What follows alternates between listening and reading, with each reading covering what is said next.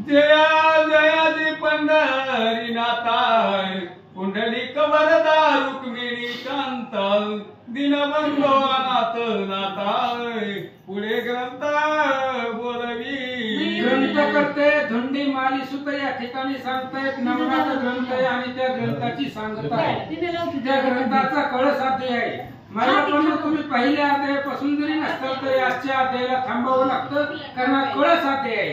संपूर्ण नवनाथाचं सारांश या एकाच अध्यायामध्ये ग्रंथकर्ते सांगतात। एका मागिले आद्याई रसाळ वचन तू बोलविले कृपे करून स्वर्गी चरपटी नाते जाऊन इंद्राचा गर्व हरिला से।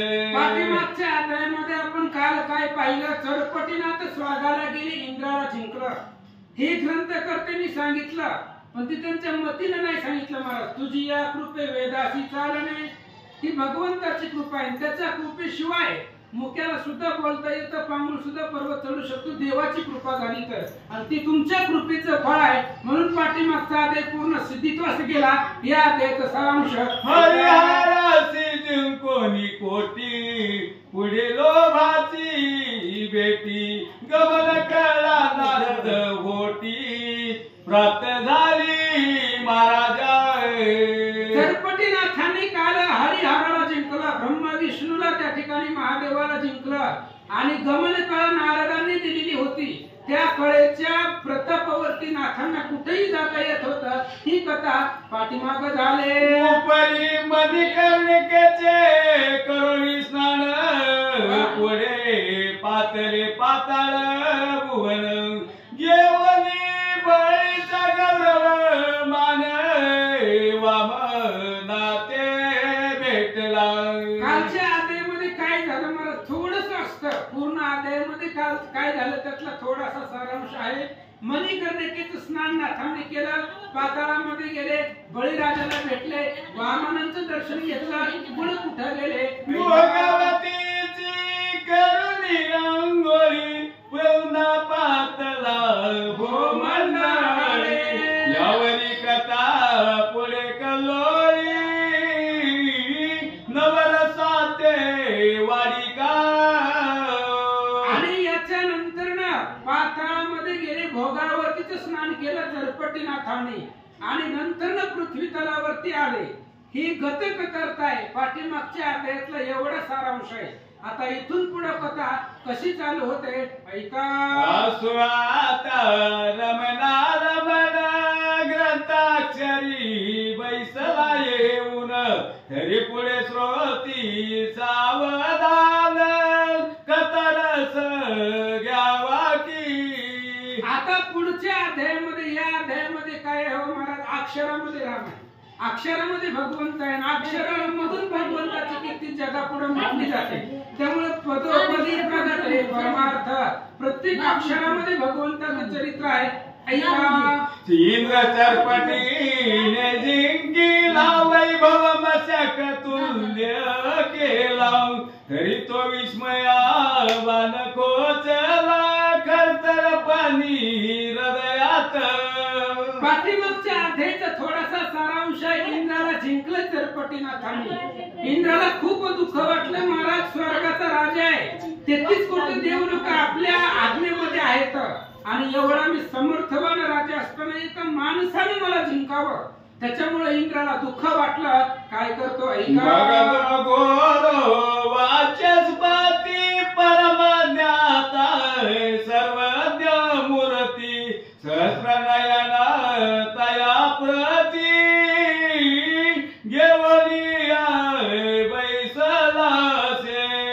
इंद्राला दुःख वाटलं मला साहजिक आहे एकदम मोठं पद इंद्राकडे आहे देवांचा राजा आहे स्वर्गाचा अधिपत्य त्याच्याकडे आहे आणि त्या राजाला जर एका माणसाने हरवलं तर त्याला खूप दुःख वाटलं। त्यांना आपले जे गुरु आहेत बृहस्पती त्यांना तो वाचस्पती म्हणतात त्या बृहस्पतीला जवळ बोलावला आणि मनातली काही दुःख आहे व्यथा आहे सांगू लागला। देव मंडळात सहस्र नयन घेवली बैसला से कंकासन जैसा नक्षत्री वैनी रमण अति तेजे बृहस्पती देवगुरु बृहस्पती आहे, इंद्राचा सुद्धा गुरु आहे, सगळ्या देवांचा गुरु आहे. त्याला त्याच्या समोर घेतला, इंद्र बैसला. आकाशामध्ये चांदण्या कशा चमकाव्या, नक्षत्र कसे प्रफुल्लित दिसावे, सगळ्या देवांच्या सभेमध्ये वाचस्पती किंवा बृहस्पती शोभिवंत दिसत रीती पाक शासन बैसला सेवोनी सभास्थान. मग बृहस्पतीशी विस्मय रत्न चरपट प्रताप सांगत से. आणि अशा इंद्राच्या सभेमध्ये त्या बृहस्पतीला समोर घेतला, इंद्र बैसला. पण इंद्राच्या मनामध्ये चिंता होती, काल एका माणसानं आपल्याला हरवलंय, आपला अपमान केला, त्याच्यामुळे त्या चरपटीनाथाचा जो प्रताप आहे, काल त्यानं जेवढी ख्याती केली तेवढे सगळा प्रताप इंद्र गुरुला सांगू लागला. कुठे सान स्वरूप परिहार का समान थोर प्रताप. हरियाराधी करोनी लोप स्थापून गेला पुलेची.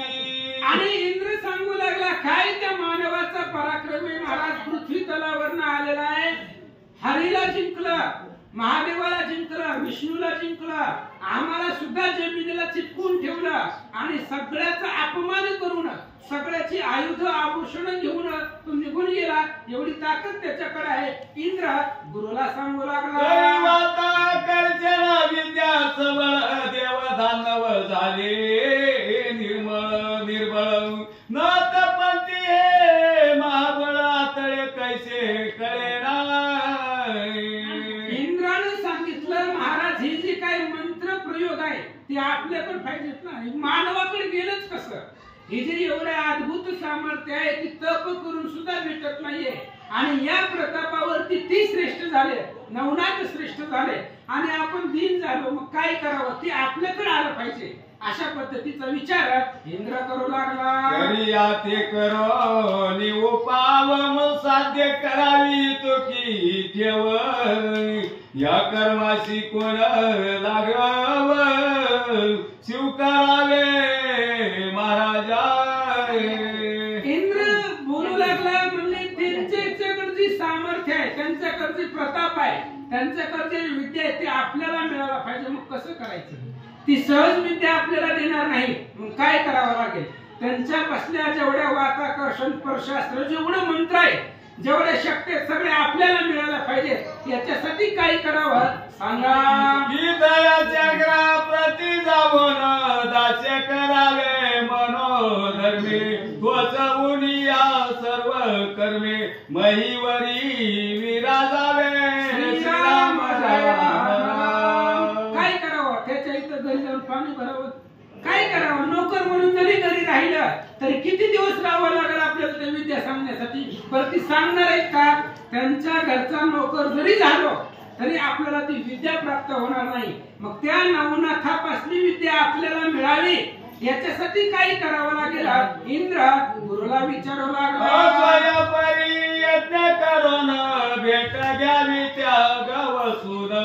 परी ते जोगी तीव्रपणे वर्तताती सर्वदा श्रीराम राम राम. इंद्राने दुसरा प्रश्न म्हणला, महाराज काय करावं. त्यांची आपण भेट घ्यायला जावं, पण ते राहतात कुठं माहित नाही, त्यांचा तालुका कोणता आहे, जिल्हा कुठं आहे, बरं एका ठिकाणी राहतात का ते. अखंड त्रिभुवनामध्ये भ्रमण करताय आणि ती तपस्वी योगी आपल्याला कुठे सापडणार, कुठं म्हणून त्यांना शोधावा. इंद्र बोलू लागला, उगल्याची घेवणी सदळ भेट अर्थ वदाव तयासी निकट.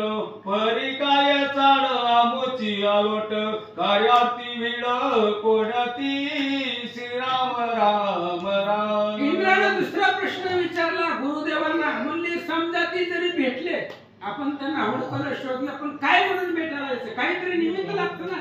घराला माणसं बोलवायचं म्हणजे घरात कार्यक्रम लागतो, असं सहज माणसाला कसं बोलवायचं. त्याच्यामुळे त्याला जर आपण भेटलो नाथांना तर काहीतरी कारण सांगावं लागेल, ज्या कारणाने ते आपल्या घराला येतील. अशा पद्धतीने इंद्र विचारू लागला, गरीबीचे उपाजे पण उजेड पडेल दासत्वे करून. तया मागे रानो राण अपारमयी हिंडवी श्रीराम राम. आणि काय ते नवनाथ काही एका ठिकाणी आहेत का महाराज, कुठेही हिंडणारे त्रिगुण लागणार आहे, त्यांच्या पाठीमागे कुठेही जायचंय. त्यामुळे कुणाला तरी एकाला जाऊन सगळ्याला बोलवून आणावं लागणार आहे. मी राजा आहे, त्या नाथांच्या पाठीमागे रानोरान कुठे हिंडणार असं इंद्र बोलू लागला. तरी हिंडल्याने कोणे काळी उदय पावेल कृपा नवळी अमरपुरीची देव मंडळी तेजयुक्त होईल. आणि त्या नाथांच्या मागे जरी हिंडलं, अनेक वर्ष फिरलो तरी सुद्धा ते आपल्याला विद्या देतील कशावरनं ते आपल्याला भेट देतील. ही सगळं व्यर्थ आहे. नाथांच्या पाठीमागे हिंडणं म्हणजे सगळं देवांचं व्यर्थ श्रम आहे असं इंद्र बोलू लागला. काया कासयान या विपर्यास येईल घडून खरी मई होता पुण्य पावन असं माझे घेतसे. आणि त्यांनी सांगितलं आम्ही जर हिंडलो पृथ्वी तलावरती तरी सगळं पुण्य संपलं आमचं. हिंडण्यामध्ये काय आहे? आणि पुण्य संपलं की इंद्रपद जात आहे. इंद्रपद गेलं पुन्हा कोण राजा म्हणायला लागले. त्याच्यामुळे त्यांच्या पाठीमागे जाण्यात व्यर्थ श्रम आहे. ते आपल्या घराला आले पाहिजे असा काहीतरी उपाय सांगा. तरी मी येते सावधान करून रचितो आपुले आसन तस्मात अमरावती सोडून जाण नाही मला लागी. इंद्राने सांगितलं मी राजा आहे, राजाला असं रानोरान हिंडता येत नाही. मी अमरपुरी सोडून कुठं जाणार नाही. मी इथं बसून देवाचं संरक्षण करतो, देवावरती राज्य करतो. कोणीतरी एक जण जावा आणि मी इथं असताना सगळे नाथ लोक इथं यावी असे काहीतरी उपाय करा सांगू लागले. ऐसे बोलता अमरपती बोलता झाला वाचस्पती मध्ये महाराजा नाथा प्रती येतेच आणावे मायज्ञ. आणि मग त्यावेळेस वाचस्पती म्हणजेच बृहस्पती देवांचे गुरु आहेत, इंद्राचा गुरु आहे. त्यांनी सांगितलं म्हणले इंद्रा तुम्ही टेन्शन घेऊ नका, नाथांना इथं आणू. तुम्ही फक्त काहीतरी घरामध्ये कार्यक्रम ठेवा. तुम्ही तुमच्या घरात कार्यक्रम ठेवला की त्या कार्यक्रमाच्या निमित्तानं सगळे नाथ तुमच्या घराला आणतो. बृहस्पती बोलतात मनशील कैसा यज्ञ करावा सोम भाषा त्या निमित्ते नाथ राजसाव घेऊन यावे स्वर्गाशी. आणि तुमच्या घराला एक यज्ञ करा. सोमभासा ते असणारे यज्ञाचं नाव आहे. आणि ते यज्ञ तुम्ही जर तुमच्या घराला केलं तर यज्ञाचं नाव सांगून यज्ञाच्या निमित्तानं मी त्या असणाऱ्या नाथांना आपण आमंत्रित करू असं देवगुरु बोलतात. आले पाठी धावोनी भक्तीची अपार कोटी मोहे उपजोनी नाथा पोटी कार्य साधोनी घेईजे. बृहस्पती सांगताय तू तुझ्या घरामध्ये यज्ञाचं नियोजन ठेव. आपण कुणाला तरी पाठवून नाथांना बोलू. इथं नवनाथ आल्यानंतर ना या घरामध्ये जर नवनाथ आले तर त्यांच्याशी गोड बोला. त्यांच्या बरोबर उद्धट भाषा करू नका. त्यांचं मन जिंका, त्यांचं मन प्रसन्न करा आणि प्रसन्न चांगलं बोलू ना तुमचं कार्य साधून घ्या. गुरु बोलू लागले. आईचे बोलत तपादिजा परम तोषला अमर राज उपरी म्हणे महाराज कोण ते पाठवो. आणि मग लगेच इंद्राने ऐकलं. बृहस्पतीने सांगितलेला आनंद वाटला. पण महाराज अडचण अशी आहे की तिथं पाठवायचं कुणाला? कोण जाणार आहे नवनाथांना आणायला? कोण योग्यतेचा आहे किंवा कोणाला एवढी सुंदर भाषा येते की तो बोलण्यामध्ये नाथांना इथं आणेल? कोण पाठवावं सांगा. यावरे बोले कचतात हे महाराज अमरनाथ मचिंद्र पिता अष्टवसुत उपचेरी नाम बोधिला.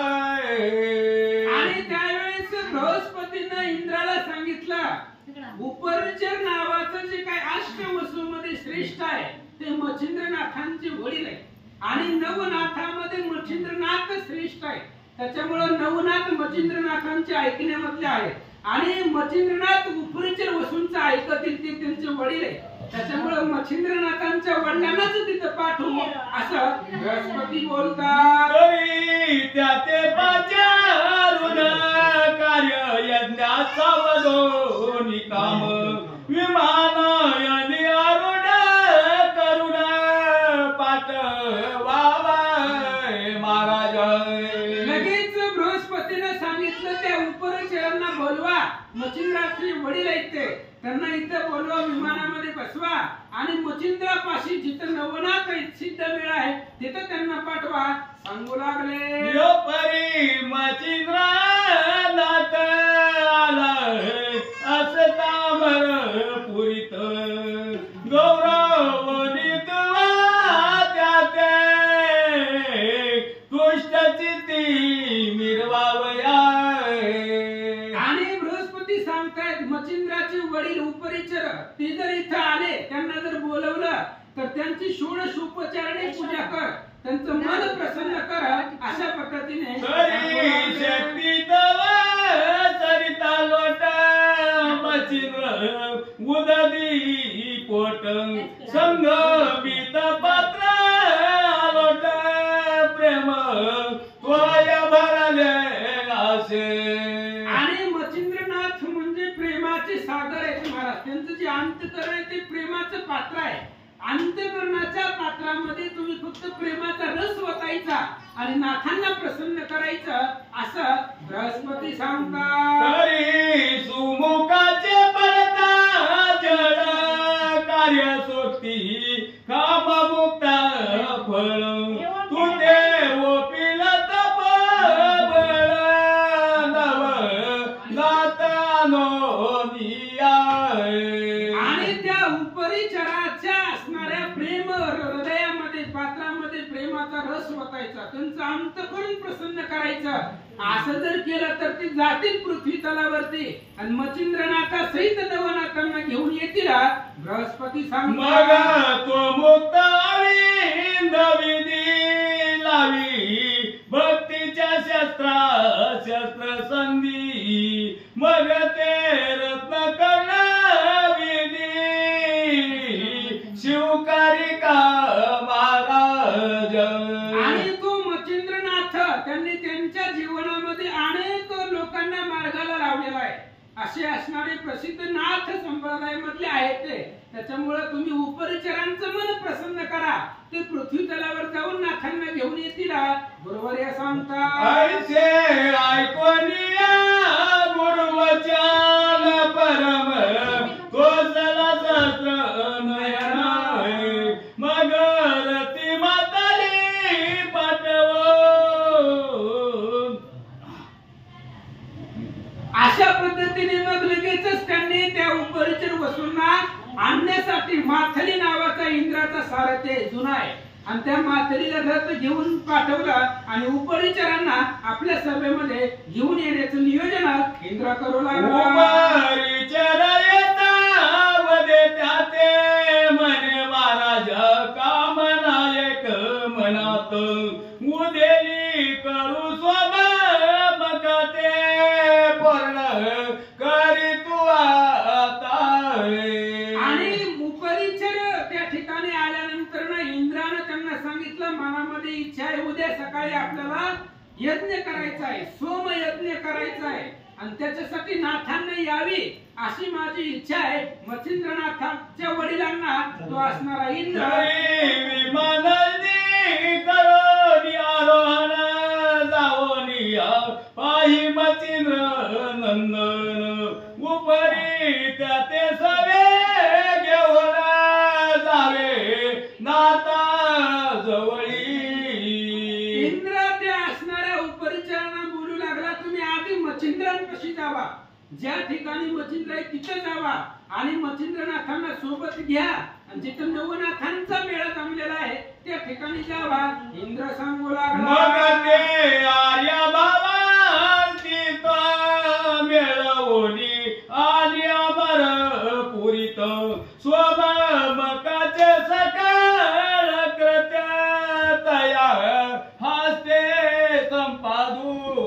आणि इथं जर मच्छिंद्रनाथा सहित नवनाथ आले तर आपल्या यज्ञाचं कार्य त्यांच्या हातून पार करू एवढं संप्रदाय आहे, भव्य दिव्य आहे, त्यांच्या हातामधून आपलं सोम यज्ञ जो आहे तो परिपूर्ण सिद्धित्वासनी इंद्र सांगू लागला. अवश्य मने वसूनात तत्काळ विमानयनी बैसत बद्रिकास मचिंद्रनाथ लक्षो नियापातला.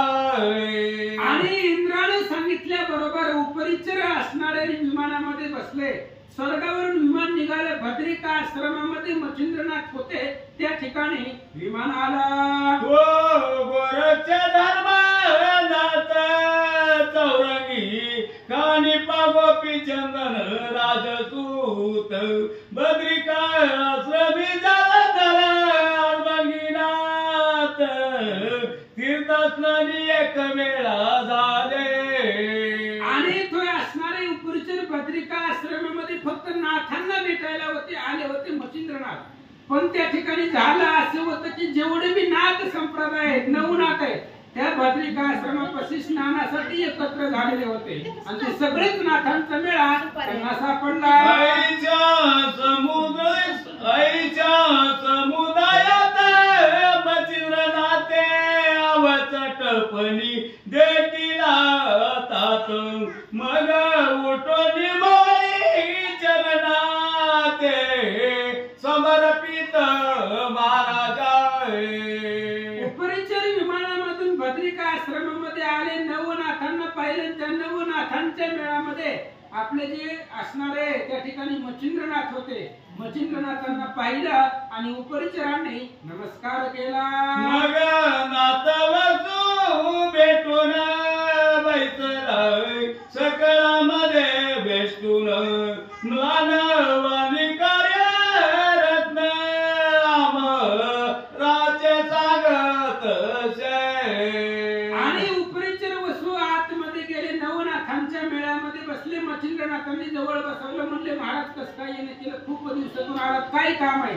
त्यावेळेस इंद्राच्या मनातली जी कामना आहे, इंद्राने यज्ञ केलेला आहे आणि ते यज्ञासाठी तुम्हाला बोलवलं आहे. इंद्राची जे काही कार्य कामना आहे तो असणारा सांगू लागला. मने महाराज चक्रपोटी अर्थ उदेला मककोटी तरी आपण नवई जेटी साय वाले कार्यार्थ.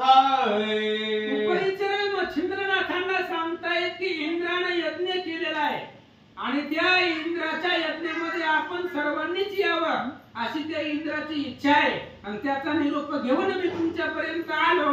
सांगू लागले.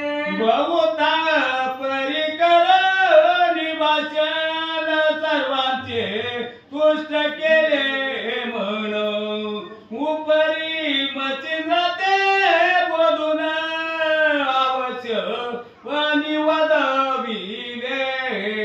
आणि ह्यांनी पाठवलंच असं होतं महाराज ज्याचं बोलणं कधीच व्यर्थ जाणार नाही.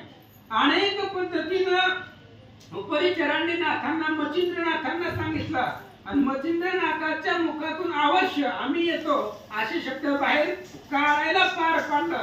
अशा पद्धतीचं मुंजुळ वाणीनं उपरिचरांनी भाष्य केला. मग जालिंदर कानिपा चौरंगी मच्छिंद्र गोरक्षार भंगी गोपी चंद्रायन जोगी आरूढ झाले विमानी. आणि मच्छिंद्रनाथ असल्यामुळे नाथांच्या सांगण्यावरून जेवढे असणारे गोरक्षनाथ आहे, गहिनीनाथ आहे, चरपटीनाथ आहे, आळबंगीनाथ आहे, सगळेच त्या असणाऱ्या विमानामध्ये बसले म्हणतात. गौड बंगाली हेला पटन प्रविष्ट झाले तै विमान राव गोपीचंद मातेची भेटून सभा गमे घेतली. बद्रिका आश्रमापासून विमान निघालं. गौड बंगालला आलं. तिथं आल्यानंतर गोपीचंद आणि त्याची माता तिथं होते. नाथांनी त्यांना नमस्कार केला आणि आपल्या विमानामध्ये बसून त्यांनाही घेऊन स्वर्गाला निघाले. विमानयानी होऊन पाहते झाले वनवाल ग्राम तेथून तेथे वट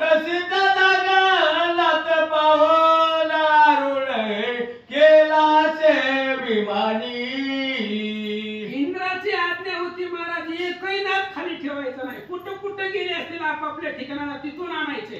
विमान निघालं, गवड बंगालवरून आकाशातून विमान जात असताना मोहोळपाशी वडवळ गाव आहे आणि त्या गाव त्यांनी वरूनच पाहिलं आणि त्यांना माहिती होतं इथं नागनाथ आहे. त्याच्यामुळे नागनाथांना सुद्धा घेतलं, विमानामध्ये बसवलं, विमान पुढे आकाशामध्ये काम विमान चालविती विचिल्या मे तो गौतम तिरीनाथ उत्तम गती भरतरी अवतरला. विमान तिथून पुढे निघालं महाराज. गौतम ऋषींचा आश्रम आणि ज्या ठिकाणी ज्या पात्रामध्ये भरतरींचा जन्म झाला होता त्या आश्रमापाशी ते विमान आला. भरतरीनाथांना आपल्या विमानामध्ये बसवलं, पुढे निघाले. या परी तीर्थ करिता मै पाटी मासिद जोनात चरपटी अवंतीशी होता ताम्रपर्णी काठी सवे घेतला महाराजा. विमान पुढे निघालं. पुढे जात असताना अवंती नगर आहे आणि त्या अवंतीमध्ये ताम्रपर्णी नावाची नदी आहे आणि त्या नदीच्या किनाऱ्याला हे असणारे चरपटीनाथ त्यांचं वास्तव्य होतं. विमान तिथं गेला, चरपटीनाथांना विमानामध्ये घातलं, पुढे विमान स्वर्गाला निघाले. पुण्य देशी विठ्ठल ग्राम नामाने पाते झाले विमान याने ते रेवन सीता बोलून आरुढ केला शे विमानी. तिथून विमान पुढे निघालं. वीट नावाचं गाव आहे आणि त्या वीट गावामध्ये त्या ठिकाणी असणारे वीट गावामध्ये रेवनाथ होते, रेवनाथ राहत होते. त्या रेवनाथाला विमानामध्ये बसवलं, विमान स्वर्गाला निघाला. नवनाथ परिवारा सहित ते विमान यानी झाले असे स्थित 84 सीता समावेत अमर पुरी पातले. अशा पद्धतीने असणारे नवनाथ घेऊन तो असणारा उपरिचर नावाचे जे असणारे अष्टवसूंमध्ये श्रेष्ठ आहे त्यांनी नवनाथांना घेतलं आणि अमरपुरी पातले. इंद्राचं जे काही नगर आहे त्या नगरामध्ये जाऊन पोहोचले. पुंडली गौरधारी ज्ञानदेव तुका. ओ अध्याय करता पठन स्त्रियांचे दोष जाती लकपटपणाय मुले मुले वाचती हिल होता जाणं जगी संतती मिरवेलाय. ग्रंथकर्ते या ठिकाणी सांगतायत 10व्या अध्यायामध्ये 9व्या अध्यायामध्ये गोरक्षनाथांचा जन्म झाला. 10व्या अध्यायामध्ये गहिनीनाथांचा जन्म झाला.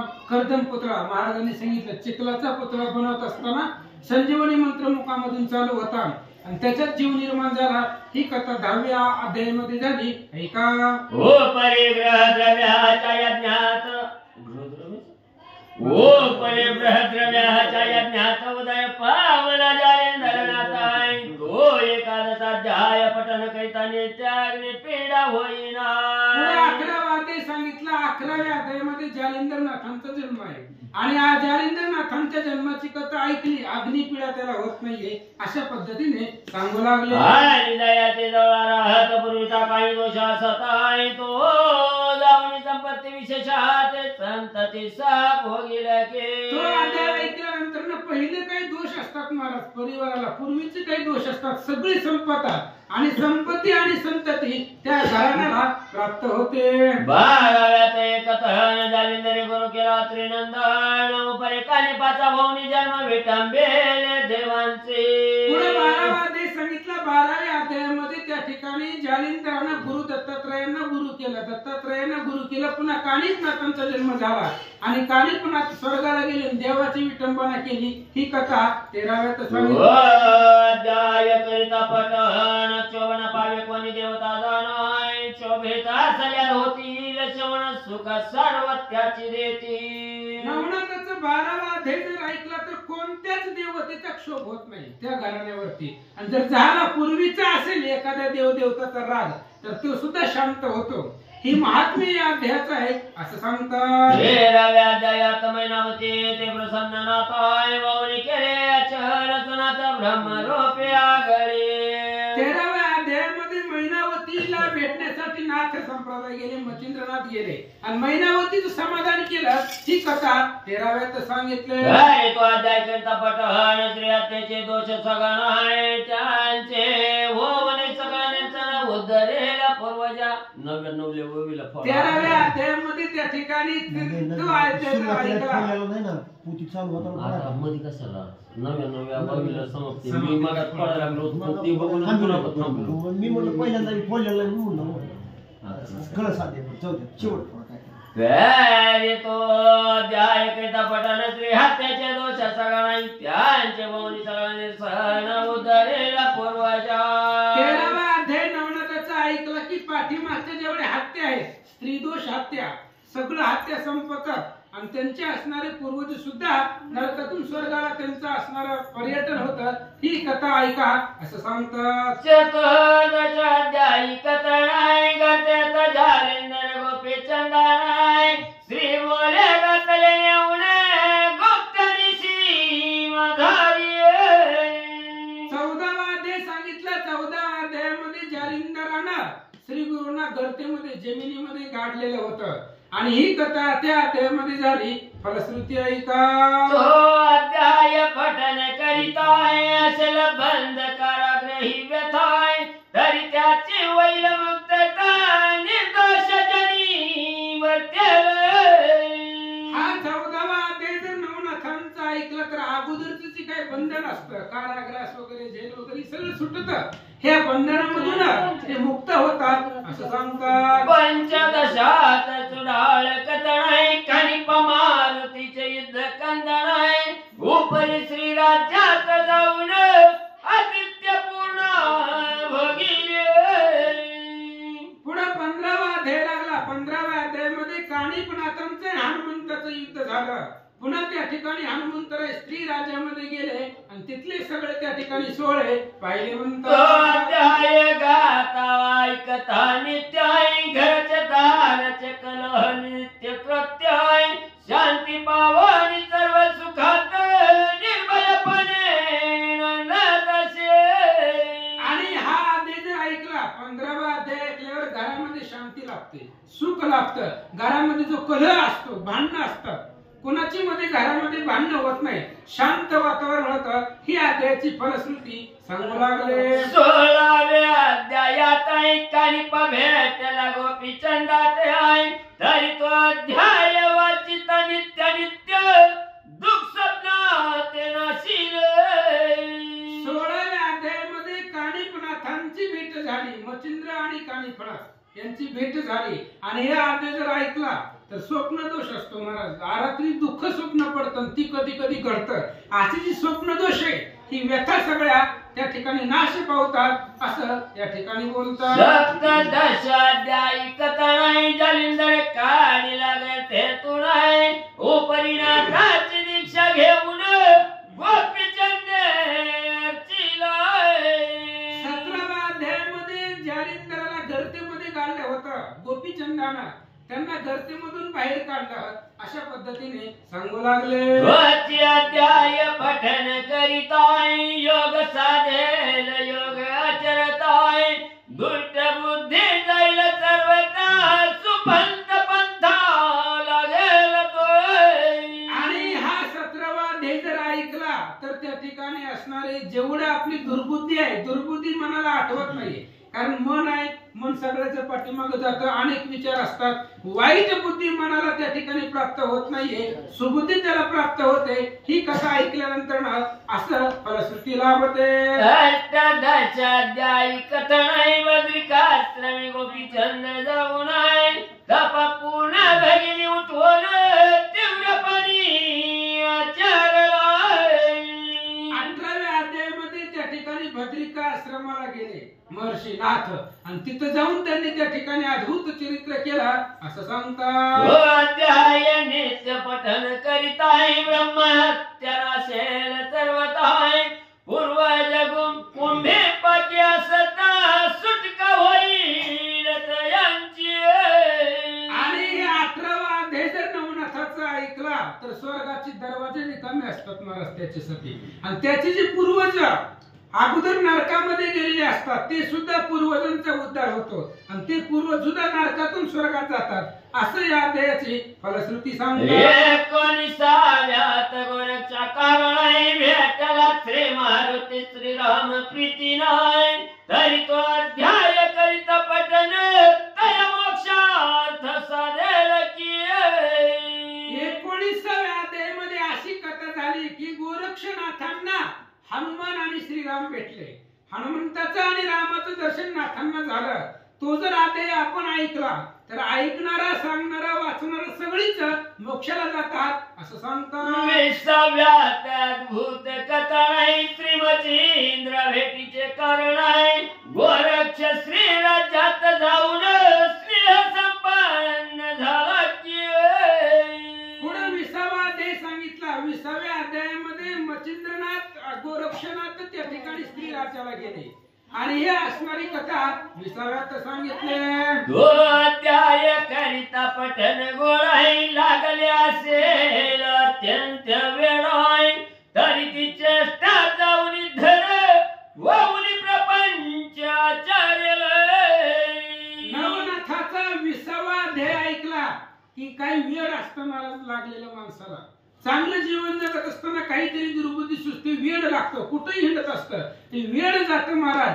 नाथापाशी कुठलीही करणी असू द्या काही असू द्या चालतच नाहीये. एवढे सिद्ध नाथ पंथ आहे आणि तो अध्याय ऐकल्यावर सगळं वेळ संपत आणि तो परत संसार आनंदाने करतो असे या अध्यायाची फलश्रुती सांगतात. 21व्यात श्री राज्यातून मचिंद्राची काढले गोरक्ष नंदन नाना परी बोधोनी म्हण दुष्ट कर्मात निवर्तिले. 21व्या अध्यायामध्ये गोरक्षनाथ स्त्री राज्यामध्ये गेले. अगोदर मच्छिंद्र तिथे गेले होते आणि त्या स्त्री राज्यामध्ये जाऊन गोरक्षांना बोध केला. शिष्याने बोध केला. महाराज गुरु सुद्धा चुकतो. गुरुचा बी रस्ता कधी कधी चुकतो पण शिष्याने मार्ग दाखवावा लागतो. गोरक्षनाथांनी बोध केला नाना युक्तीनं. मच्छिंद्रनाथांना स्त्री राज्यातून बाहेर काढलं. ऐका तो नित्याध्याय पठन करिताही नसेल बहुजन्माची गोहत्या निष्कलंक होऊन चित्त तपलोटी मिरवेल तो. आणि हा अध्याय 21वा अध्याय जर ऐकला तर अनेक जन्माची जे आपल्याकडून घडलेली हत्या असते याच जन्माची नाही अनेक जन्माची गोहत्या वगैरे जी काही पाप आहे ते पाप संपत असं सांगतात. 22व्यात चोरटी ग्राणी गोरक्ष मिळनाता मारुणी पूर्ण उठविला मंत्र करोनी मचिंद्र मोहे करोनी. 22वा अध्याय पुढे सांगितलं. 22व्या अध्यायामध्ये सोरठी नावाच्या गावामध्ये गोरक्षनाथ गेले. तिथं मीनानाथाला मारून टाकलं पण मारल्यावर सुद्धा परत उठवण्याची ताकद लागते आणि गोरक्षनाथानं उठवलं. मच्छिंद्रनाथांना दुःख झालं आणि त्या दुःखासाठी मीनानाथाला उठवलं. ही कथा 22व्यात झाले. तरी तो अध्याय नित्य पठन करिताय पुत्रार्थी पुत्र तत्वताय तो होईल विद्यावंत विद्वज्जना. आणि हा 22वा अध्याय जर ऐकला सुरुवातीपासून शेवटपर्यंत एक अध्याय ऐकला की त्या ऐकणाऱ्याच्या कुळामध्ये जेवढे बी संतती आहे त्या पोरांना विद्या प्राप्त होते महाराज. आणि अशी विद्या प्राप्त होते की समाजानं मान्य करावी समाज त्याच्या चरणावरती लोळावा अशा पद्धतीची विद्या त्यांच्या घरातल्या लेकरांना प्राप्त होते असं सांगतात. 23व्यात रसाळ कथाय मच्छिंद्र गोरक्ष गर्भाग्री जाऊन सुवर्ण विद्या करिता सुवर्ण गर्भगिरी केलासे. 23व्या अध्यायामध्ये त्या ठिकाणी गर्भगिरी नावाच्या पर्वताच्या दिशेने मच्छिंद्रनाथ गोरक्षनाथ जात असताना गोरक्षनाथाने एक सोन्याची वीट आणली होती आणि ती वीट झोळीमध्ये लपवून ठेवली होती मच्छिंद्रनाथांनी. आणि गोरक्षनाथांनी पाहिलं आज गुरुवारी पिशवीने लपवून ठेवलेत काहीतरी आहे पिशवीमध्ये आणि एक विटेसाठी सोन्याचा पर्वत करून दिला. ही कथा 23व्यात झाले. आणि केलास तेथे उत्सव आहे तरी तो अध्याय पठन नित्य भावाय करिता घरी सुवर्ण नव अखंड राहे भरोनिया. आणि हा 23वा अध्याय नवनाथाचा ऐकला की घरामध्ये सोन्याची कमी पडत नाही. किती बी सोनं घरामध्ये येतं महाराज, रोजच ऐकायचं काय झालं एकच ऐकायचं, घरामध्ये सोनं येतं. ही फलश्रुती आहे महाराज. आज ना उद्या तुम्हाला प्राप्त होणार आहे, नवनाथांचं लिखित आहे. त्याच्यामुळं हा जर आदेश ऐकला 23वा तर घरामध्ये सोनं चांदी संतती संपत्ती कशाचीच कमी पडत नाही असं सांगतात. 24व्यात भरतरीनाथ आहे, जन्मून आला वंतिकेत आहे, तरी तो अध्याय पठन करीत नित्य बाळहत्या नसेल की. 24व्या अध्यायामध्ये भरतरीनाथांचा जन्म आहे. भरतरी नावाच्या पात्रामध्ये ब्रह्मदेवापासून त्यांचा जन्म झालेला आहे. अवंतिकेला ते आले होते आणि या 24वा अध्याय ऐकल्यावर बाळ हत्याचं पाप लागत नाहीये, बाळ हत्या आपल्याकडून घडतच नाहीये असं या ठिकाणी सांगतात. बाळहत्या जन्मांतरी तेने समस्त वांज होती नारी, तरी ते नसेल संसारी सुखी भवनी बाळहत्यांचे.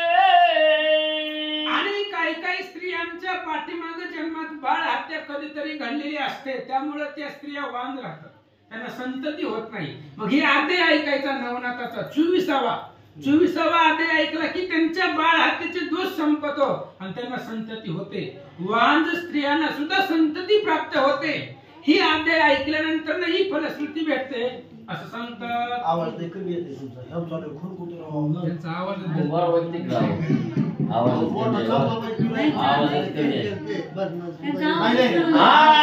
मानवाविन दुसरा जन्माय, 25व्यात गंधर्व सुरोचनाय, रास झाला शापे करुण. 25व्यात गंधर्व सुरोचनाय, रास झाला शापे करुणाय, तरी तो अध्याय केली पठन शाप बाधा बाधे नाही. 25वा अध्याय सांगितला. 25व्या अध्यायामध्ये सुरोचन नावाचा गंधर्व गाढव झाला होता आणि तो अध्याय जर ऐकला तर कोणी बी शाप देऊ द्या महाराज, किती मोठ्या श्रेष्ठाने शाप देऊ द्या, शाप बाधा होत नाही. शाप देणारा कितीही समर्थ असू द्या, पण नवनाथाचा 25वा अध्याय ऐकला कुठलंच शापबंधन लागू पडत नाहीये असं सांगतात. आणि मानवाविन दुसरा जन्माई होणार नाही तया कारण आहे, आरोग्य काय पतिव्रत कामना पुत्र गुणित होईल की. काय सांगितलं मग अशी सांगितले 84 लाख योनी. अहो मानवाशिवाय त्याचा जन्मच होणार नाही बाकीच्या योनीमध्ये. मानवाचा जन्म भेटणार. कोणचा अध्याय ऐकावा लागतंय? 25वा. लिहून ठेवायला काय खूप भारी आहे. 25वा अध्याय ऐकल्यावर त्याला 84 लाख योनी जाऊ द्या, माणसाशिवाय दुसरा जन्म भेटत नाही. माणसाचा जन्म आणि माणसाच्या जन्माला आल्यावर काय करावं लागतं? भजन करावं लागतं, नवनाथ परत लावायचा, परत माणसाचा जन्म. म्हणजे बाकीच्या याच्यामध्ये जायचंच नाहीये अशा पद्धतीने सांगू लागले. 26व्या अध्यायात गंधर्व झाला विक्रम सुत आणि विक्रम भरतरी सुत एक चित्त भेटी भवनी राहिले. 26वा अध्याय पुढे निघाला. 26व्या अध्यायामध्ये भरतरी आणि विक्रम सुत यांची ऐक्यतेची भेट झाली असं सांगतात. तो अध्याय करिता पटणाई, गोत्र हत्या जाती नासून आहे, पोटी पाटी शत्रू संतान न राहे भवनी. आणि हा अध्याय ऐकल्यावर 27वा अध्यायाची फलश्रुती सांगत असताना शत्रू संपतात, आपले शत्रू जगामध्ये राहत नाही. एखादा शत्रू असेल तर तो सुद्धा आपल्या चरणावरती लोळत येतो. ही अध्यायाची फलश्रुती सांगू लागले. 27व्यात अद्भुत कथाय, राजा पाणी वैसला राव विक्रमाय, भरतरी पिंगल्याच्या भवनी लग्न दत्तानुग्रह लाभलाय. 27व्या अध्यायामध्ये अशी कथा निघाली. भरतरी आणि पिंगला, त्या पिंगलेसाठी भरतरीने खूप शोक केलेला आहे आणि त्या पिंगलेचं आणि भरतरीचं लग्न 27व्या अध्यायामध्ये सांगितलं म्हणतात. तरी तो अध्याय करिता पठण पद च्युत पाभेल पूर्वताय, गेली वस्तू पुन्हा पठणचा पडेल त्रयांची. आणि हा 27वा अध्याय जर ऐकला तर त्याला त्या अध्यायाचं तर पुण्य मिळेलच, पण त्याची एखादी वस्तू जर हरवली असेल, कुठेही ठेवलेलं आपल्या लक्षामध्ये नसतं, हरवलेलं असतं, ठिकाणी सांगतात 28व्या अध्यायात पिंगले करीतच माझ्या नको विरक्त होऊन बत्तरीनाथ पूर्ण तपाचरलाय 28व्या अध्यायामध्ये पिंगलेचा प्रताप गोरक्षनाथाने दाखवला पिंगलेसाठी शोक केला पिंगलेचा विषय सोडून दिला आणि वनामध्ये जाऊन भरतरीने तप केला अध्याय करिता श्रवण पठण त्या भाविकाच्या होईल लग्न कांताला वेळगुण्या मानाचा रथ सेवेशी आणि हा अध्याय जर ऐकला नवनाथांचा 27वा अध्याय ऐकला ज्याचं लग्न होत नाही त्याने ऐकलं सुंदर पत्नी भेटते महाराज गुणवान शीलवान चारित्रवान सुंदर अशा पद्धतीची मुलगी त्याला भेटते आणि त्याचं लग्न होतं 29व्या अध्यायाचे चरित्र भरतरी भवानी निराक्त पवित्र आहे गोरक्षा सांगत यात्री पुत्र गुरुनाथ पैकी आला 29वा अध्याय सांगितला 29व्या अध्यायामध्ये त्या ठिकाणी गोरक्षनाथाने काय पराक्रम केला ऐका अध्याय नित्य करिता पठण तुझे लक्ष योगापासून आहे आणि त्रितापांची वार्ता जाण काल त्राई घरे नाही 29वा अध्याय ऐकला तर कुठल्याच प्रकारचा दोष लागत नाही अनेक दोष असतात महाराज त्यातला कुठलाच दोष राहत नाहीये असं सांगतात 30व्या अध्यायात जन्माला चौरंगी नाथांचे चरित्र पठण करिता तस्करी दृष्टिबंधन होय 30व्या अध्यायामध्ये चरपटीनाथांचा जन्म आहे आणि चरपटीनाथांच्या जन्माचा अध्याय ऐकला नवनाथाचा 30वा अध्याय ऐकला की चोरी होत नाही चोरांचं त्याच्यापासून लांब जातो चोर घराला येत नाही तर असं सांगतात 31व्या चौरंगी नाथ तपवैसलाशही मला यात आहे तरी अध्याय पडत कपट मंत्र चालती 31व्या अध्यायामध्ये चौरंगीनाथ तप करण्यासाठी हिमालयामध्ये गेले त्यांनी तिथं तप केला पण कुठल्याच प्रकारचा तस्कर वृत्ती दोष कपट मंत्र आपल्यावरती चालत नाहीये ही अध्यायाची फलश्रुती सांगतात 32व्या सुगम कथन वचिंद्र विक्रमाद्याही संचरण गोरक्षवच राज्य करहन रेवतीची पुत्र दिदलास्याई आणि 32व्या अध्यायामध्ये मच्छिंद्रनाथ विक्रमाच्या हृदयामध्ये प्रवेश केला आणि रेवतीला संतती दिली ही कथा 32व्यात सांगितले अध्यायाच्या कथा पठना इच्छा असता देहकरण गंडांतर करूयतील विघ्न पटळतील की आणि पुढे त्या ठिकाणी असणारा हा अध्याय जर ऐकला नवनाथाचा 32व्या अध्याय ऐकला की गंडांतर असतात बघा कसं असतं आपण रस्त्याने जात असतो आणि आपल्याकडून चुकून एखाद्या वाहनाचा धक्का लागतोय आपण काय म्हणतो मरता मरता वाचलोय ही जी गंडास्त्र असतात ही त्या ठिकाणी येतच नाही जीवनामध्ये आणि जरी झालं तरी याच्यामधून सुद्धा माणूस वाचतो ही अध्यायाची फलश्रुती सांगतात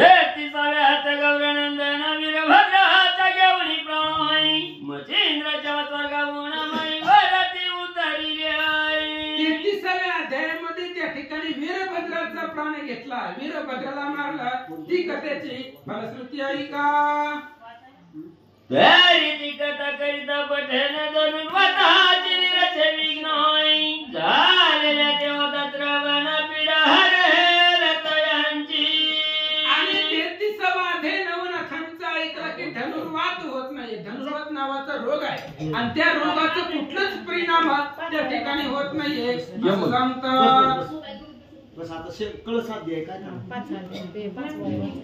किती वार राहिले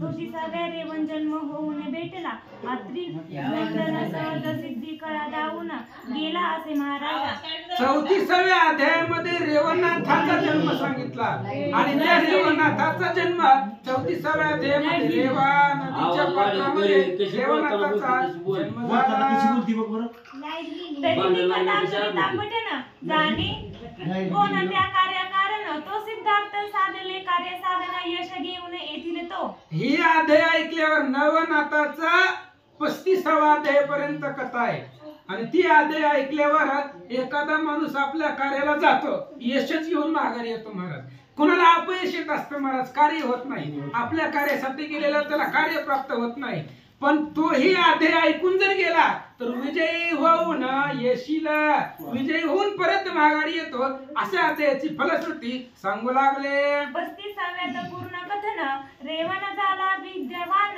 दत्तकृपेश्वरगी जाऊन बाळे आणली विप्राची लहान पिंपराची लेकरं मरत होती महाराज, 7 लेकरं. जन्मलं की 4 दिवसात मारायचं, जन्मलं की मारायचं. आणि रेवणनाथ स्वर्गामध्ये गेले. स्वर्गामध्ये गेल्यानंतर ना युद्ध केला आणि ब्राह्मणाची मेलेली लेकरं महागाडी आणली. ही कथा 35व्यात सांगितले. तरी ती कथा करिता पटन महासिद्ध हेल उदाहरण 42 करून उद्धरण गातील आख्यान लोकपरी. जेके 1741 व्रत प्रमाती नाम जपमासाई शुक्ल पक्ष प्रतिपदेचा ग्रंथ समाप्त झाला.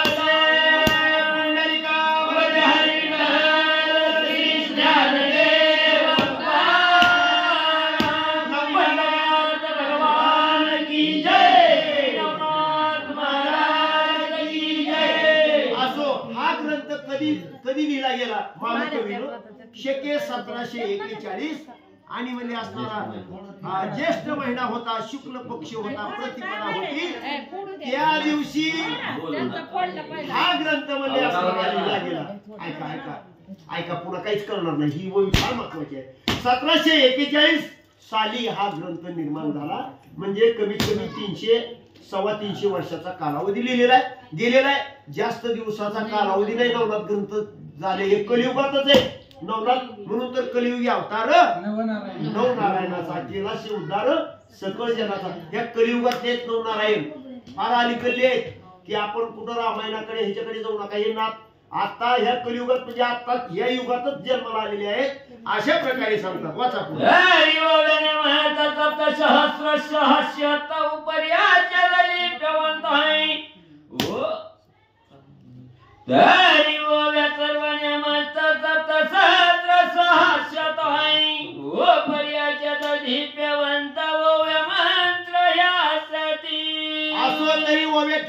ह्या 40 आली 7600 बरोबर आहे. 7600 लक्षात ठेवा. प्रत्येक ओवीमध्ये नाथाच्या प्रत्येक ओवीमध्ये फार असणार आपल्याला आपलं कल्याण करणारे ह्या ओव्या. म्हणून मोठ्या प्रेमानं भावभक्तीनं एकाग्र मनानं एकाग्र अंतकरणानं हे असणार. जरी 40 अध्यायाच्या ठिकाणी आपण जरी एक एक जरी ओवी वाचली तरी सुद्धा गुण असणारा मिळणार आहे. अध्याय वाचवयान जमेल जासी तरी अध्यायातील एक ओवीसी पठण करुणी नाथ नामाची कार्य करावे. नाही ना जमलं तुम्हाला, वेळच नाही. अलीकडे कुणाला भाकरी मावशी वेळ आहे नाही, वेळच नाही. वेळ कशात जातो की बाबा मला तर काही कळतच नाही. बार्शीतल्या लोकांचं बरं का, आमच्या खेड्यात काही चिकार का माहिती, चिक्कार का माहिती, फोनवर फोन येते, ही करा तुम्ही ती करावं लागतंय. बरोबर आहे. पण इथं काय असतं, टीव्ही चालू करणे बघणे, टीव्ही चालू करणे बघणे, एवढंच काम असतं. पण ऐका, इतकं असणारं सुंदर या ठिकाणी असणारं सांगितलेलं ह्या असणारं एवढ्या ओव्या त्या. नाही जरी जमलं तुम्हाला एक एक अध्यात नाही कुणी वाचावं, एक तरी ओवी अनुभवावी, एकच ओवी वाचा. आणि मला सांगा, हिथं तरी तसं सांगितलं, ज्ञानेश्वरीचं तसंच सांगितलं. तुम्ही एक नामा म्हणे ग्रंथ श्रेष्ठ ज्ञानेश्वरी एक तरी ओवी अनुभवावी. एका तरी ओवीचा अर्थ लक्षात घ्या तरी बस चिकार झालं असं सांगतात. बहुभाव श्रोत्या सोत चिरंजीवा इहलोकी परलोकी ठेवा आनंदाची व्रत. तरी श्रोते मंडळी चिरंजीव जोपर्यंत चंद्र सूर्य तोपर्यंत तुम्ही चिरंजीव. आता चंद्र सूर्य जातील का हे लोकी सांगणार वाचणार नाही. आता सांगायचं की अजून आधी श्रोत्याला धन्यवाद द्यावा. कारण काय सांगायचं कुणाला हो. आता समजा तुम्ही श्रोते महेशांच्या मूर्ती महादेवाच्या मूर्ती बसलेली आहेत आणि तुम्ही श्रोते जर नसतील काय भितराला सांगावं का. तारामावशी आणि मला तर बाहेरच असतात बसलेली तारामावशीची बालक. सांगायचं कुणाला. पण तारामावशी मी त्यांचे बीजे आहेत. तारामावशी सध्या बीजी म्हणजे कळलं का उद्या करता येते. इकडून तिकडे आगे मूळ पिछे मूळ आगे मूळ पिछे मूळ ही तारामावशीच्या माग मामाच्या माग वेगळं. मग सांगायचं कुणाला. म्हणून श्रोते मंडळी चिरंजीव असो इहलोकी परलोकी म्हणजे हितरी सुखकारक हो सुखकारक हो परलोकी 42 कुळाचा उद्धार त्यांचा हो. आता कुणाचा उद्धार हो. आमच्या मोठे महाराजाचा हो. वाचक सूचक जे काय ऐकणारे मंडळी लहान थोर जसं यारे यारे लहान थोर याती भलते नारी नर. आता हे अर्थ संपला बघा. कुणी बी या, सगळ्याचा उद्धार आहे असं या ठिकाणी शेवटी मानू कवी सांगतात. जे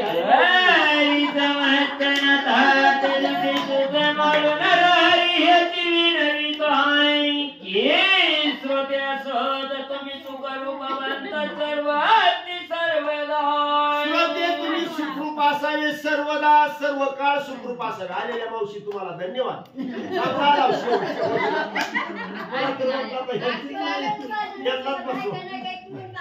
बरं झालं शेवटची एक तरी ओळ मिळाली.